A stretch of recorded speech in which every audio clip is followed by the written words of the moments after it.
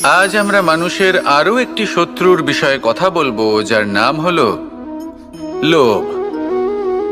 যে কোনো বস্তুকে অত্যাধিক লাভ করার যে বাসনা, যতটা লাভ করেছি ততটা যথেষ্ট নয়, আমার আরো চাই, আরো চাই, একেই বলে লোভ। এবার এই লোভ আপনার জীবনে শুভ না অশুভ, আপনার মিত্র নাকি আপনার শত্রু, সেটাও নির্ভর করছে আপনার ওপর।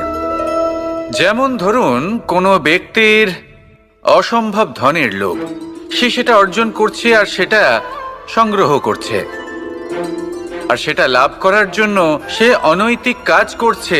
যদি এই সব হতে থাকে তাহলে লোভ কিন্তু আপনার পক্ষে অত্যন্ত ক্ষতিকারক। কিন্তু যদি সেই ব্যক্তি ধরুন ধন অর্জন করছেন, তার সাথে নীতিও পালন করছেন, আর সংগ্রহ করার পরে সেটা সংসারে ছড়িয়ে দিচ্ছেন, যদি এমনটা হয় তাহলে এই লোভ আপনার বন্ধু হয়ে উঠতে পারে।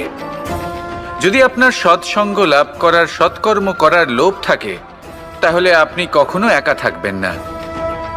যদি ভালোবাসা প্রদান করার লোভ থাকে, এই সংসারকে সাহায্য করার লোভ থাকে,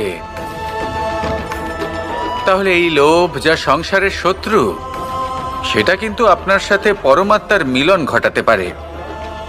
এবার এই লোভকে নিজের মিত্র করে তুলবেন নাকি শত্রু করে তুলবেন, সেই সিদ্ধান্ত আপনারই। আসুন আমার সাথে ভালোবেসে বলুন, রাধা রাধা।